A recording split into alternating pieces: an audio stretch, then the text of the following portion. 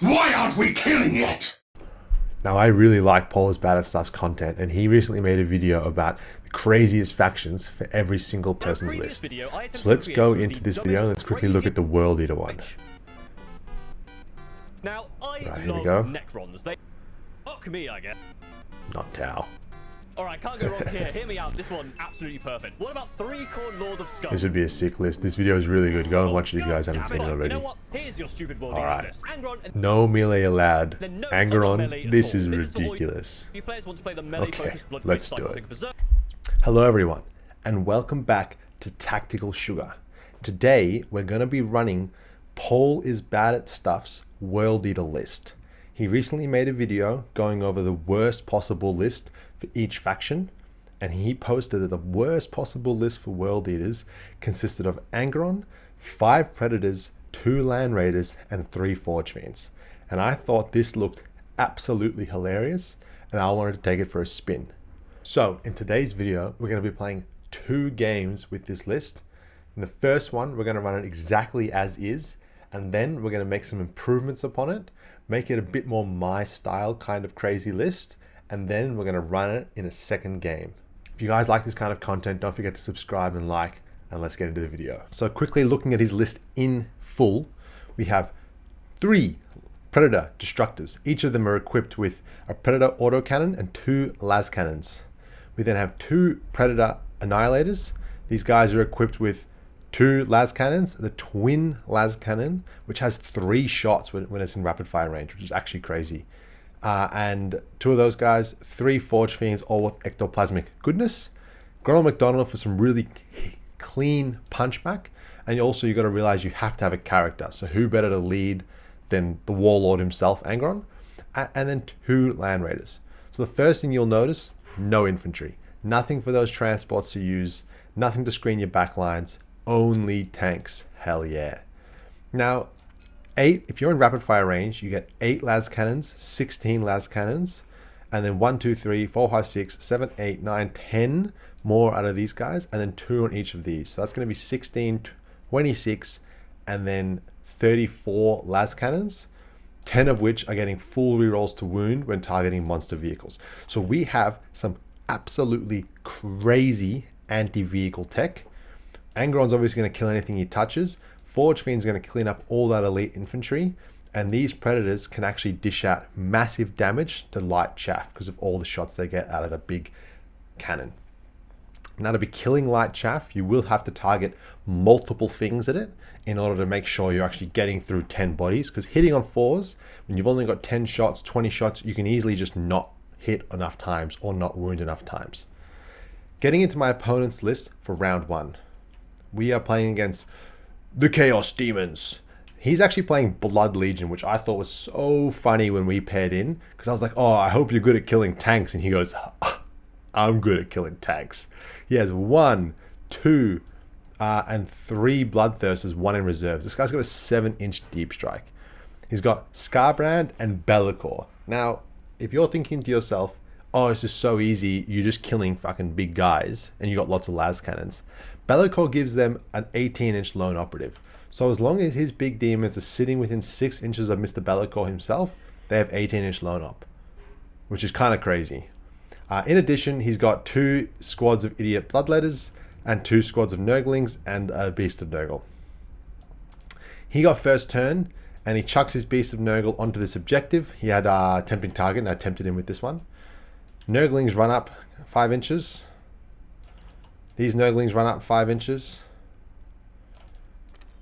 And he has advance and charge as a stratagem, and he rolls a 6-inch advance on this Bloodthirster. So he's like, fuck it, I'm killing a Land Raider turn 1. So he sends this guy 18 inches up the board. And then we figured out that that was going to be a 9-inch charge. And he's like, I bank it. Blood for the Blood God. Now, fortunately for me, he did fail that 9-inch charge. But he did charge me with some Nurglings here and here. Now with Angron, his abilities are super garbage already, but in a list with no melee, he absolutely does not buff you at all. So you may as well just take the 6 dice rerolls. So every turn I had sustained hits and lethal hits. Now it's kind of crazy, but these Land Raiders have 9 attacks and the Forge Fiends have 8 attacks, or 6 attacks, sorry. So both of them picked up one of those Nurgling idiots that are in combat with them. Like, you can't actually just pin down World Eater Chaff. You can't pin down World Eater tanks with Chaff, because I'll just, like, kill you within a couple turns, because I can shoot you. Okay, let's have a little look at my deployment and why I was actually able to get a lot of value out of this.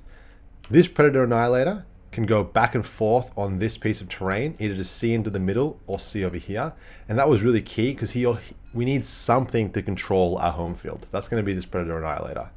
So in this case, he pushes up to here to get line of sight on this guy and his big wingtip. And then with that, Predator Destructor pulls around. I'm really slow. So this is my first time actually like properly playing with, I'm not properly playing, but like, because this list runs in Gore Track, I like forgot all of its strats. And I know that I have a strat to like just move through a wall, but I didn't even like ever consider doing it. I never was like, oh, I can just move through a wall. It's like, no, I was like, no, I'll push this guy around the corner and get a line of sight. Partly because my opponent, he did some more staging and got like these guys out over to here with Lone Up. But he didn't really put a lot of pressure on me. So I was like, well, I don't need to do a whole lot either. So like a Predator Annihilator pushes into here. Land Raider runs up. Angron flies over with an advance. And then I get 2 Predator Annihilators and my Land Raider all to see the Bloodthirster. And then the Predator Destructor to shoot to the Beast of Nurgle. And honestly, these 2 Predator Annihilators did crazy work into the Bloodthirster. If you're within 24 inches, which I am, it's actually a godsend, their ability. So they get 3 heavy las cannon shots, so it's strength 14, and it's twin linked. So that's the second one, Predator Twin Las Cannon. And so it hits on 4s, which like it's kind of sucks you miss. But then when you wound rolls, oh, I rolled a 2, no, full re-rolls. I wound. And then if they take a save, he passes it. My opponent, in this case, did not make many saves. But even those 2 shitty las cannon shots on the side, it hits, it wounds. But the Predator Annihilator's ability for those full rerolls was so nice. And that also accounts for the combi bolt that's on top of it. So I reckon running combi weapons on the Predator Annihilators to get that extra chance, that 1 mortal wound or 2 mortal wounds if you're on rapid fire, was actually really clutch, because they get those twin linked on everything when targeting monster vehicles. And then again, he fails it, and this time I roll 2 damage. Predator Annihilators can re-roll the amount of damage. The amount of times that this happened in this game where I rolled really low in the damage and I was like, no worries, I'll just re-roll it with my Predator Annihilator ability, and it's still 7 damage. And so it's like, he does 7 damage, taking this guy down to 11. This one does, I think, more. Well, let's just see what we can do. Those triple, no, terrible. But then double hits and double wounds, and then he fails 1, and then 6 more damage. So taking this guy down to 5, and then a bit of chip damage with the silly shots, and then the big Forge Fiend's cannons shoot into him. He's the closest eligible, so we get our 8 shots in this case. Full rerolls. 5s to wound. He gets 2 saves. He makes both saves. Oh no. But it's like, even with all that shooting, we've still got a Land Raider and we've still got a Predator Destructor. With the 8 las cannon shots from the Land Raider, come on, surely we can do it again. Hits on 5s, 4 las cannon hits. Who would have thought? Oh Jesus Christ, that's not very good. Fail to save. He does fail. And then I deal 3 damage.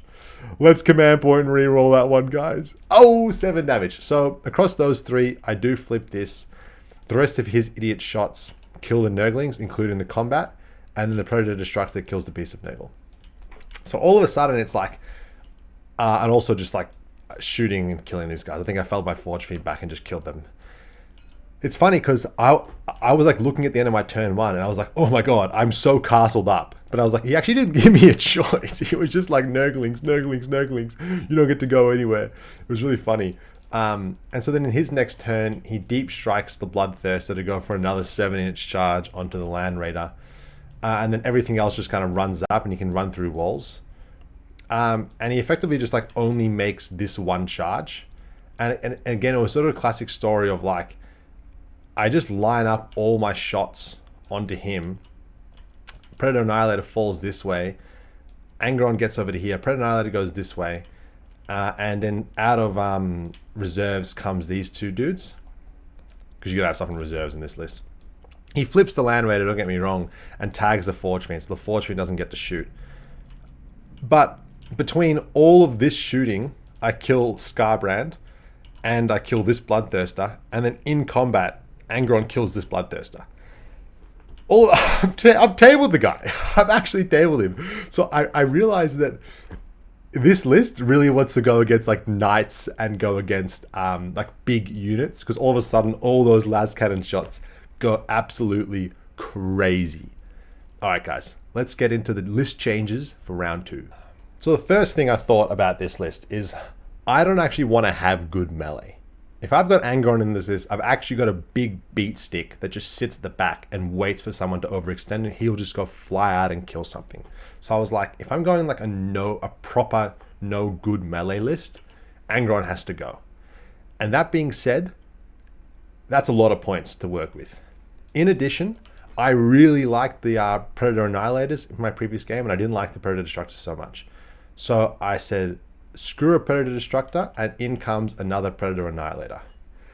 That being said, I felt like I had enough stuff to deal with heavy infantry, so I wanted to get rid of a Forge Fiend. So with this in mind, I had 165 points from the Forge Fiend and 340 points. So I had 500 points to work with. Let's have a look at what I did. So we need a new character. The cheapest one we got is the Master of Executions.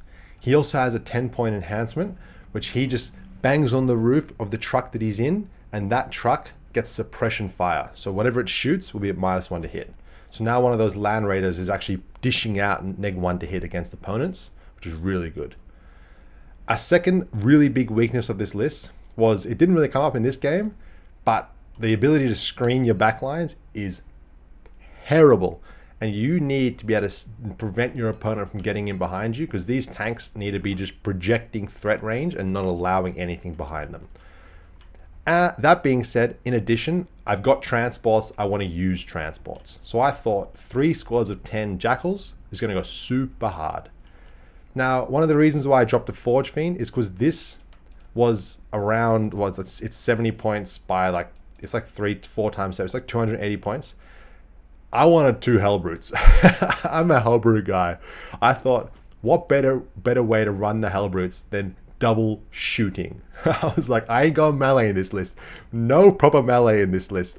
These guys have got the missile launcher, which has got rapid fire 3 on the blast and rapid fire 1 on the crack, and also a twin las cannon. And I thought, what's going to be so funny is if we sit these Hellbrutes in such a way that they're like las cannons poking behind a wall, so they get cover, and your opponent shoots you and doesn't kill you, they're going to have to like take the risk of you just shooting 2-3 las cannon shots right back at them. And I thought this is going to be such a cool piece that can run out into the middle of the board early and just be like sitting on objectives, blasting you back if you shoot me, which is so awesome. And again, they got 6 attacks in melee, but it's the Hellbrute, so it's really like 12 attacks. It's 12 shitty attacks, don't get me wrong, but if they charge 10 guardsmen into you, it could be enough to pick up 8 of them, and then all of a sudden you still hold the objective. So the upgraded list is 2 Hellbrutes with las cannons and heavy missile launchers, 2 Land Raiders, 2 Forge Fiends, 2 Predator Destructors, 3 Predator Annihilators, Master of Executions with suppression upgrade, and 3 squads of Jackals. In round 2, we were playing against the Tallyband Summoners Death Guard. These guys are really scary because they have the ability to 6-inch deep strike death, like plague legion stuff. So like Rodigus can 6-inch deep strike and then just blast ya. And my opponent this game took -1 to hit as his infliction, mainly because he wanted to try and jail me. And then by doing so, all my vehicles are hitting on 5s, and I just can't, like, mathematically, I'm not getting enough stuff through to kill him. I did say to him at the beginning, are you sure you don't want like +1 AP? Because if you take that, then you can actually kill my vehicles. And he said, no, I want to make sure that, you know, I'll kill the ones that I connect with, probably, but I just don't want you to be able to kill me in return. So I actually, in hindsight, I think that was the correct decision. It was very interesting. My opponent selected the mission, and he chose Purge the Foe. And at least this time I've got jackals in my list, so there is something to actually purge. But guys, I was like, when he said, hey, we're playing Purge the Foe GW2 Crucible of Battle, which is the same map we played last time, I was like, oh my god, the luck I'm getting playing this list is kind of crazy. Like, you know, it was pretty cool. So this time I can actually use jackals to screen out my deployment zone, so they're in a prime location for that. I then have both my Hellbrutes, and I've actually placed these guys in positions where they can be shot turn one. The main reason for this is because my opponent's only shooting, this is what he deployed on the battlefield, were these photo blowtrones, and I was like, they probably don't kill a Hellbrute from afar. It's only effectively AP1 because I'll be in cover, so I'm saving on 3s. And then he's exposing himself to not only the shoot back, but then I can shoot him in my next turn. So I was like, if I can bait him to shoot a Hellbrute if he goes first, that'll be really good.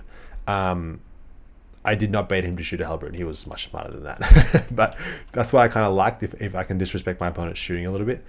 And then I've got a Predator Annihilator to go up this corner of the board. 2 Land Raiders. I got 1 and 2. So in one of them is 10 Jackals and Master of Executions. In the other one is 10 more Jackals. In reserves, I've got 1 of each of the vehicles. So a Destructor, Annihilator, and a Forge Fiend.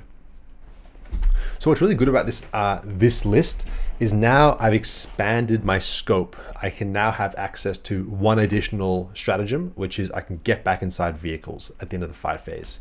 So that allows me to run a Land Raider up, disembark those jackals, charge with lance, and then get back into the Land Raider. So on a mission like Purge the Foe was really, really good.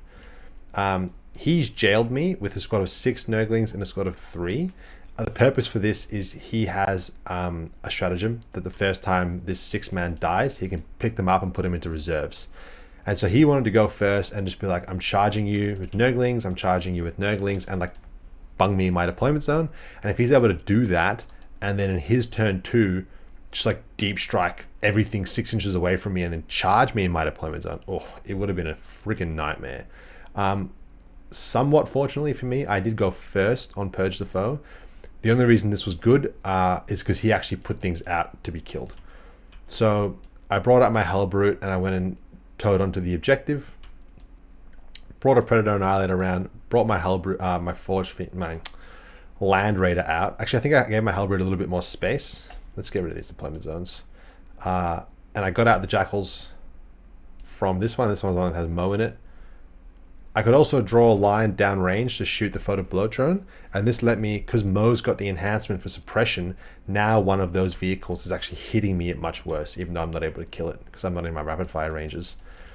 This Hellbrute goes in, it's the same thing as last time. Like, please come out and shoot me and let me shoot you back. I want to shoot my Hellbrute. I want them to do something. So he's sitting in cover. Now he always gets cover as well, which is really epic.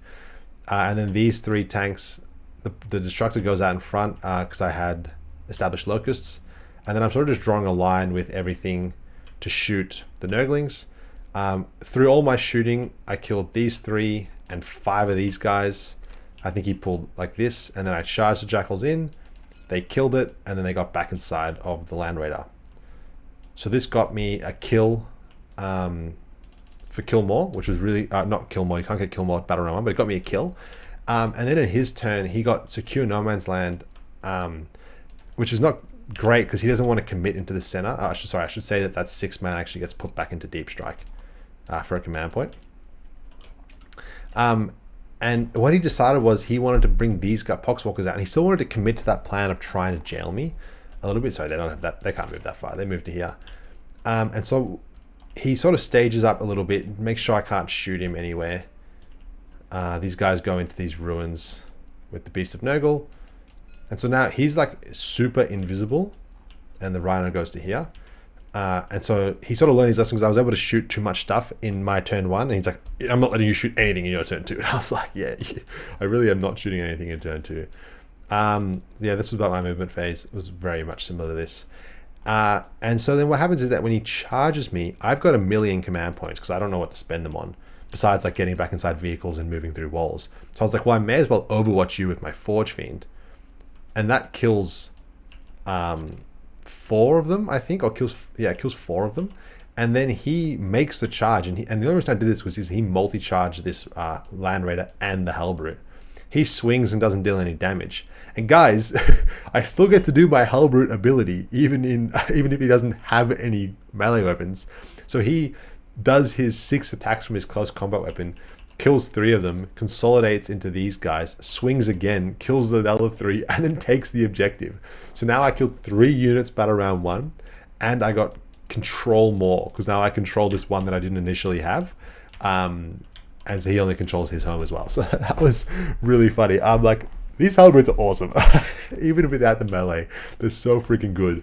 And then it goes over into my turn too, and I sort of realized that I can't kill anything.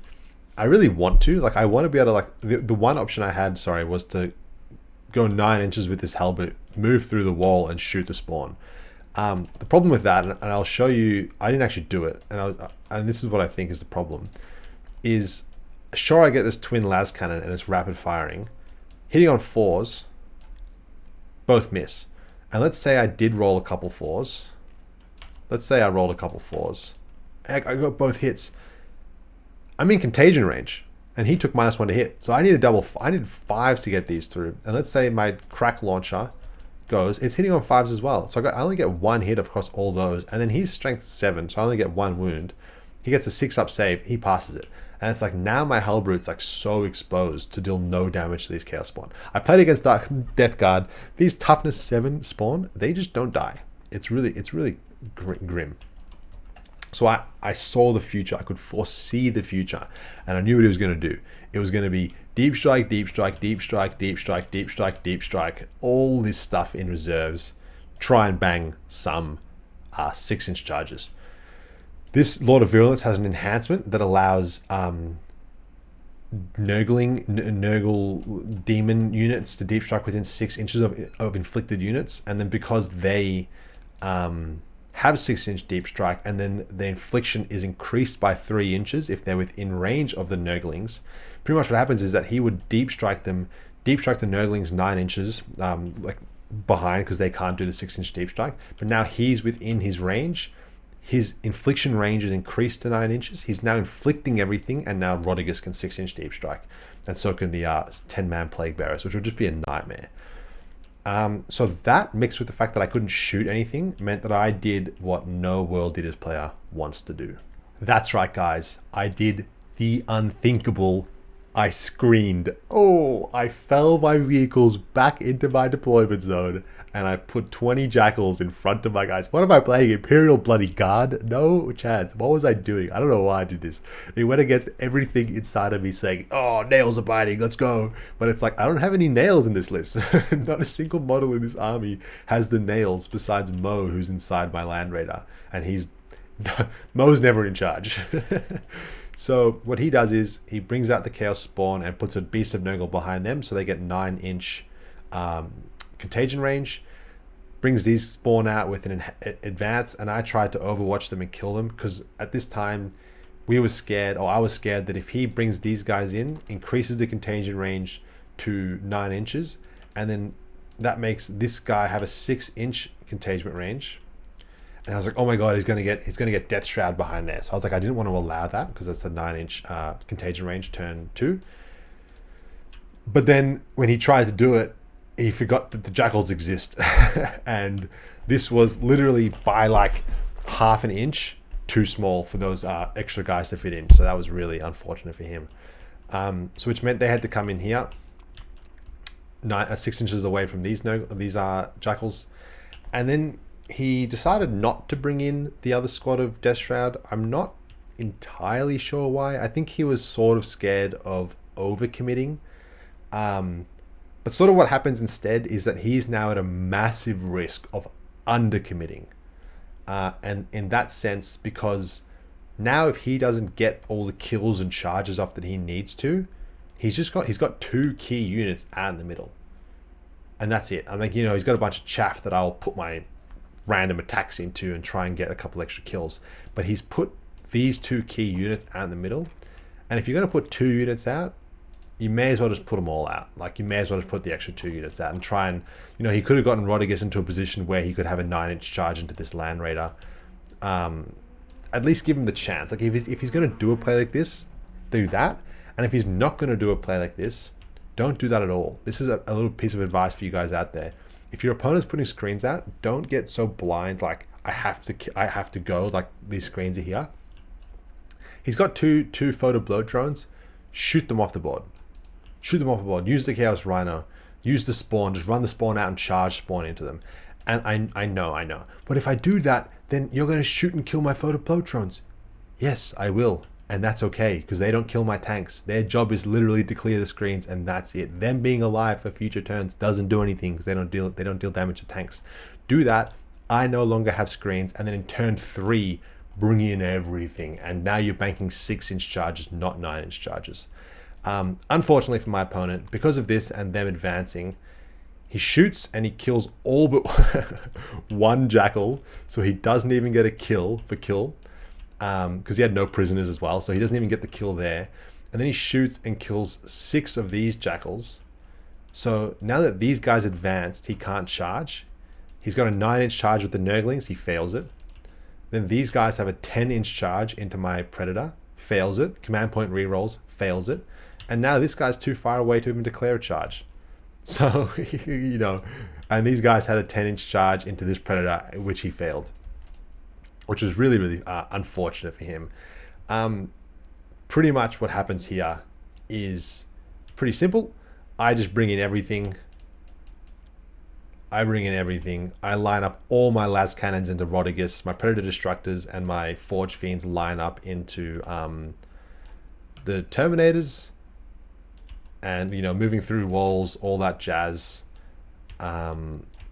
This guy comes through. This Predator Annihilator is lined up on Rodigus as well. The Jackals are just screening. They honestly, the Jackals just get back inside of the Land Raider because their job for screening is done. They don't need to do it anymore. Jackals all get inside Land Raiders. I'm no longer giving away free kills. Again, I think I would move the Forge Fiend first. Or I don't know, move the Land Raider first. Create some space for the Forge Fiend. Hellbrute moves out. Everything just lines up on this part of the board, and we rolled it out. We just wanted to see if I could kill Rodigus.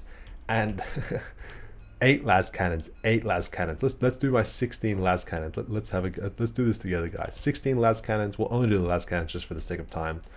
16 las cannons from the oh, I'm sorry, I didn't see what I rolled. From the 2 Predators, we get 11 hits. Holy fuck. And then wounding on 4s because Rodigus is T12. So 4 wounds. He gets a 4-up save. He passes 2 of them. Ideal. Let's reroll the 1 with the command point. Why the hell not? I deal that much damage, and then this much damage, and then he gets 6 I feel no pain. So he's already taken 7 damage from just the Land Raiders, and they're not even the ones that I want to be like dealing damage with. I want to be dealing damage with the Predator Annihilators. So 2 are in rapid fire range. Did this one get into rapid fire? Yeah. So all 3 get into rapid fire range, which means that Predator Twin Las Cannon with rapid fire 2. Holy heck, 3, 6, 9 shots with those 3 Predator Twin Las Cannons. And they're strength 14 as well, so they win on 3s. So hitting on 4s, holy crap, guys. Wounding on 3s, re-rolling, because I'm twinned. 5 wounds. He gets a 4-up save against this. Oh, he passes all but 1. I get to deal damage. It is 7 damage, of which he gets to say, bing, bing, boom, boom, bing, boom. He gets 6 up feel no pains. He passes 2, so he's down to 10 wounds remaining. And then the Sponson las cannons. I got 6 Sponson las cannons. So they hit on 4s. They wound on 4s, but I re-roll because I'm a Predator Annihilator. 3 wounds. He gets his saves against these. Holy frick. The Rodigus, he should have rolled like this. He did not roll like this in the game.